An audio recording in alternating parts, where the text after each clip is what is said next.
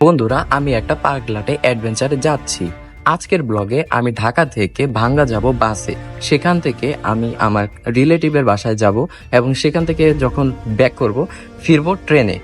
আর সবচেয়ে মজার বিষয় হলো যে আজকে আমি কোথায় ইফতারি করতে চলেছি আমি তা নিজেও জানি না। কি হতে চলেছি, বাসে মজার কিছু হবে, নাকি ভাঙ্গায় কোনো চমক আছে, নাকি ট্রেনে কোনো রিস্ক আছে? এটা একটা ক্রেজি অ্যাডভেঞ্চার হতে যাচ্ছে। তো বন্ধুরা, কেউ স্কিপ দিও না, কারণ সামনে কিছু দারুণ মুহূর্ত অপেক্ষা করছে। So let's go. So hey guys, myself MD Rifat Hossain and welcome to my channel with Rifat. তো চলুন দেরি না করে শুরু করা যায়। Let's go. তো গাইস, আজ 29শে মার্চ 2025, এখন বাজতেছে সকাল 6:45। আর আমি গোল্ডেন লাইনের টিকিট আগে থেকে কেটে রেখেছি, যেটা গুলিস্তান টু ফরিদপুর। এটা হচ্ছে 7:30টার গাড়ি। তো আমার হাতে এখনো 45 মিনিটের মতো সময় আছে। তো রিক্সা যোগে সকালবেলা বেরিয়ে পড়েছি গুলিস্তান গোল্ডেন লাইন কাউন্টারের উদ্দেশ্যে। তো এখন মোটামুটি ওয়েদারটা ভালোই আছে, মানে তেমন একটা গরম নেই, আকাশটাও পরিষ্কার আর মোটামুটি ঠান্ডাই আছে। পরে গিয়ে কি হয় দেখা যাক। পৌনে 7টায় জ্যামের কি অবস্থা রাস্তায় দেখুন। তো অবশেষে গোল্ডেন লাইন কাউন্টারে পৌঁছে গেলাম। এখনো আমাদের হাতে আধা ঘন্টা এর মতো সময় আছে। আজকে অন্য দিনের তুলনায় মোটামুটি ভালোই ভিড়। তো চলুন যাওয়ার পথের ভিউটা দেখে নেই।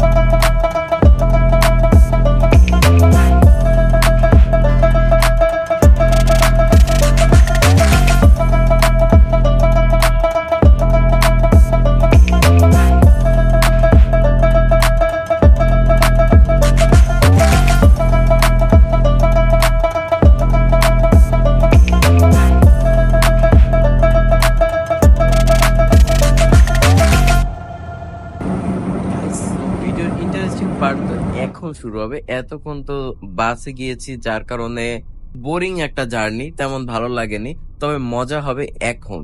So let's go. So guys, এখন আছি আমি ভাঙ্গা থেকে আমি ভাঙ্গা রেলওয়ে স্টেশনে যাচ্ছি। আর তার থেকে বড় কথা, আমার হচ্ছে প্রথমে ইফতারি শেষ করে পরে হচ্ছে ট্রেনে উঠতে হবে। তো আগে ওইখানে যাই, দেখি ব্যাগটা কোনোভাবে ওইখানে কারো কাছে রাখা যায় কিনা, আমানত স্বরূপ।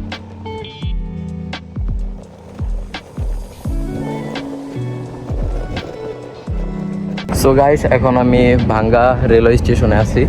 তো ওই যে বস্তার যেটা ছিল ওইটা স্টেশন মাস্টারের রুমে রাইখাসছি, অনেক রিকোয়েস্ট করে পরে রাখতে পারছি।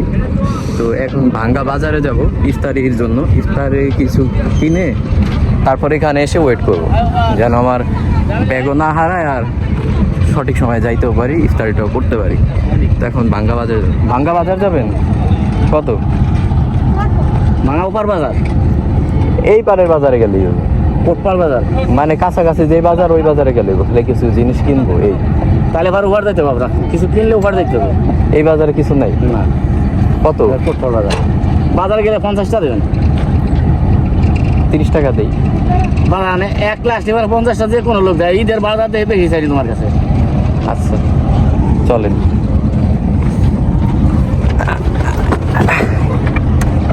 তো ভ্যানে উঠে গেছি।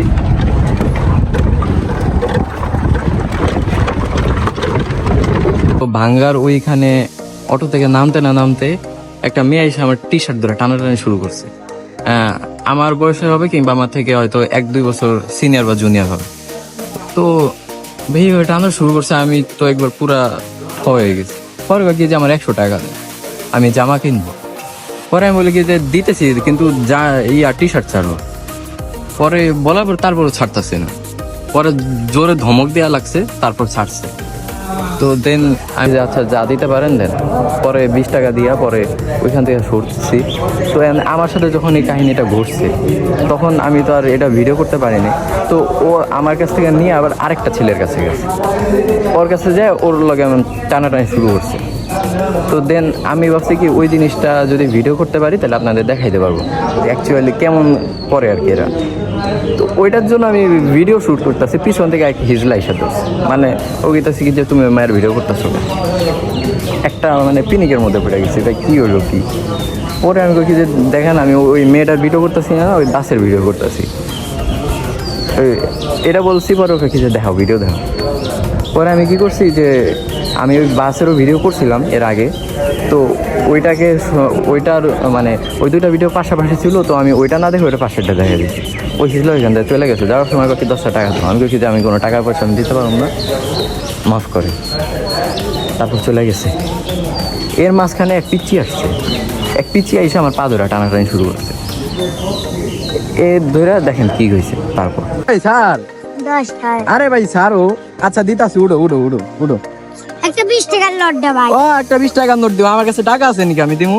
একটা 20 টাকার নোট দে ভাই। আমার কাছে যা আছে আমি তাই দিমু, নিলে নিবা না নিলে নাই, ঠিক আছে? 2 টাকা রাখবো না, 5 টাকা রাখবো, 10 টাকা দিই। যাও। হ্যাঁ ভাই এইখানকার কি অবস্থা, মানে এমন আনএক্সপেক্টেড ঘটনা আমার লাইফে প্রথম ঘটলো, মানে জার্নিতে এমন কাহিনী। ভাই ঢাকায় তো হিজলা রাইসা জামা কাপড় টাইনা ধরে, ভাই এইদিকে মাইয়ার জামা কাপড় টাইনা ধরে, টাকা নেয় ভাই। এর আগে কোনো ভাই আমার কোনো এক্সপিরিয়েন্স নাই এমন, এই ফার্স্ট হইল। মেয়েরা টাইনা ধরে টাকা নেয় ভাই, কি একটা অবস্থা। পুরো আমার টি শার্ট ধরে টানাটানি শুরু করছে। আস্তাগফিরুল্লাহ আস্তাগফিরুল্লাহ। ভাই আমি নিজে ভাবি নেবি এমন কিছু হইব।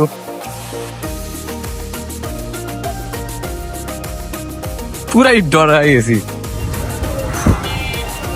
সো যাই হোক, তো বাঙ্গা স্টেশন থেকে আমি বাঙ্গা বাজারে চলে আসছি। এই বাজার হচ্ছে বাঙ্গা বাজার বাস স্ট্যান্ড বলে এটাকে, কিচেন মার্কেটের সামনে আছে এখন। তো নিচতলায় অনেকগুলা হোটেল আছে শুনছি আমি। সো এই হোটেলগুলার মধ্যে থেকে দেখি কিছু খাবার নেওয়া যায় কিনা।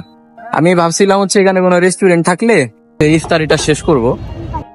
এখান থেকে করতে গেলে আবার ব্যাগ রেখে আসছি বাঙ্গা রেলওয়ে স্টেশনে, তো একটা আবার যদি ব্যাগ হারায় যায় একটা চিন্তা আর কি। তো এই কারণে আমি চাইতেছি যে এখন এখান থেকে খাবার কিনে ডাইরেক্ট স্টেশনে যা বসে থাকবো, একবার ইফতারি করবো, এরপর হচ্ছে মাগরিবের নামাজ শেষ করে তারপর হচ্ছে আমরা ট্রেনে উঠবো। তো ভাই হ্যাঁ, এখন যেখানে আসছে এখানে মানুষের মেলার মতো আর কি, দেখেন।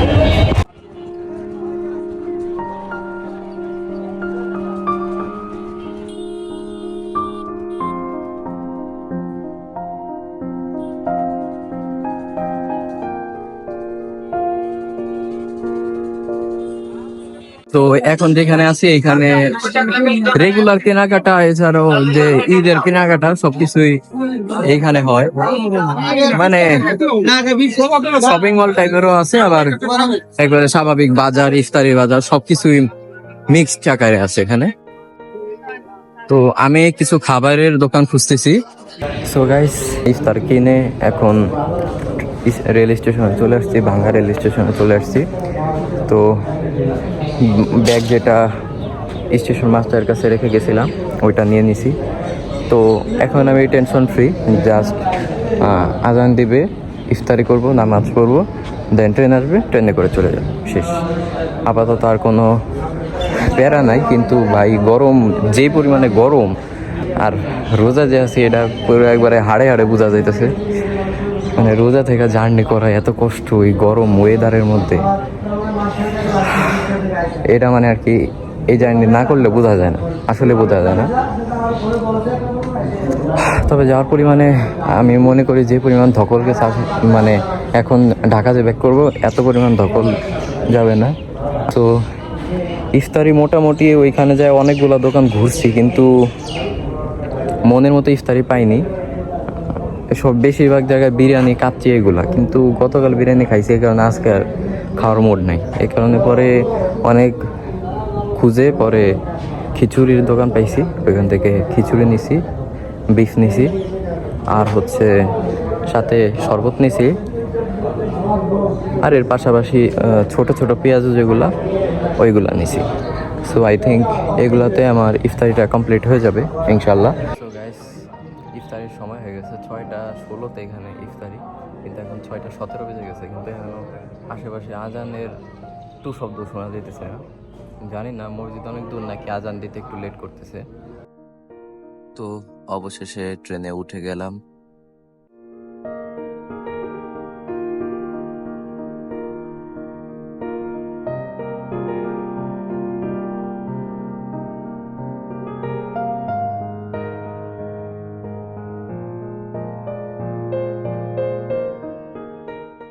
সো গাইস, অবশেষে ট্রেনে উঠে গেছি, এখন ঢাকা যাওয়ার পালা। ট্রেন চলতে শুরু করছে, দেখা যাক কতক্ষণ লাগে। 7টায় ট্রেন আসার কথা ছিল, 6:58-তে ট্রেন ছাড়ার কথা। এখানে আইসা পৌঁছাইছে 7:16-তে, নেক্সট ছাড়ছে 7:18-তে, 2 মিনিট দাঁড়াইছিল। এখন আর শুট নিতে পারবো না, কারণ হচ্ছে মোবাইলের চার্জ মাত্র 5% আছে। তো 5% চার্জ দিয়ে বাসা পর্যন্ত যাইতে হবে। মাঝখানে আবার টিটি আসলে এদেরকে আবার অনলাইনে টিকিট ওইটা দেখাইতে হয়।